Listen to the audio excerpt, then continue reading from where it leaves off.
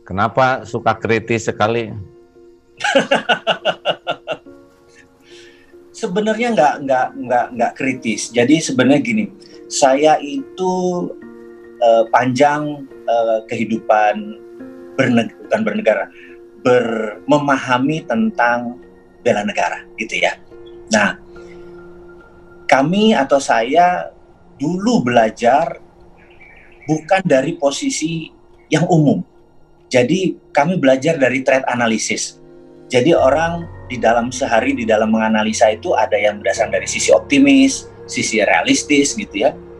Orang seperti saya ini berangkat dari threat analysis, selalu lihat dari skenario terburuk. Kalau hal terburuk bisa kita handle, maka yang bagus mah nggak usah wayahe ngono gitu ya bahasa Jawanya gitu ya. Nah, karena itu saya melihat beberapa tahun ini menggunakan pendekatannya optimis. Saya cuma bilang sekali-sekali melihat dari sisi threat analysis dan diselesaikan ya threat analisisnya. Nah, saya merasa beberapa keputusan, pendapat pribadi nih, beberapa keputusan itu arahnya ancaman, gitu. Jadi ya kita mengingatkan saja, bukannya harus memaksakan kehendak, mengingatkan saja bahwa kalau begini rupiah 17.000 nih, gitu. Pendekatannya, pemahamannya begini. Kalau keputusan kebijakan luar negerinya begini, negara ini akan begini gitu dan lain sebagainya. Jadi saya cuman mengkritisi itu tidak semua bagian. Yang saya kritisi biasanya masalah ekonomi. Dan dunia saya yang tahu banyak adalah dunia oil and gas. Jadi dua itu, tapi ujung-ujungnya tetap ekonomi gitu ya. Jadi punten, kadang-kadang saya malah pengen, ayo duduk, ini loh muscle knowledge-nya gitu ya. Ya. Itu tuh ada ilmunya gitu, menganalisa atau ilmu perasaan atau penerawangan atau apa gitu. Nggak ada. Jadi ilmu di dalam threat analysis itu selalu melihat adalah bagaimana tindakan itu membuat negara itu utuh. Jadi kita ingin negara kita NKRI ini utuh. Misalnya nih ya,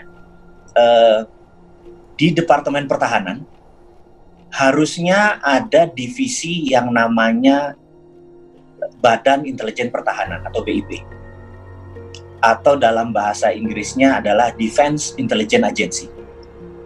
Di Indonesia ini tidak punya BIP, Badan Intelijen Pertahanan.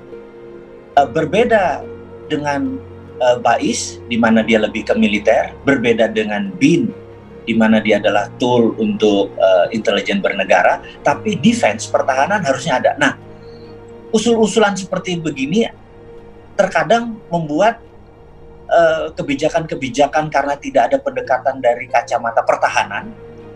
Jadi kadang-kadang misalnya kehadiran tenaga kerja asing itu positif atau negatif? Itu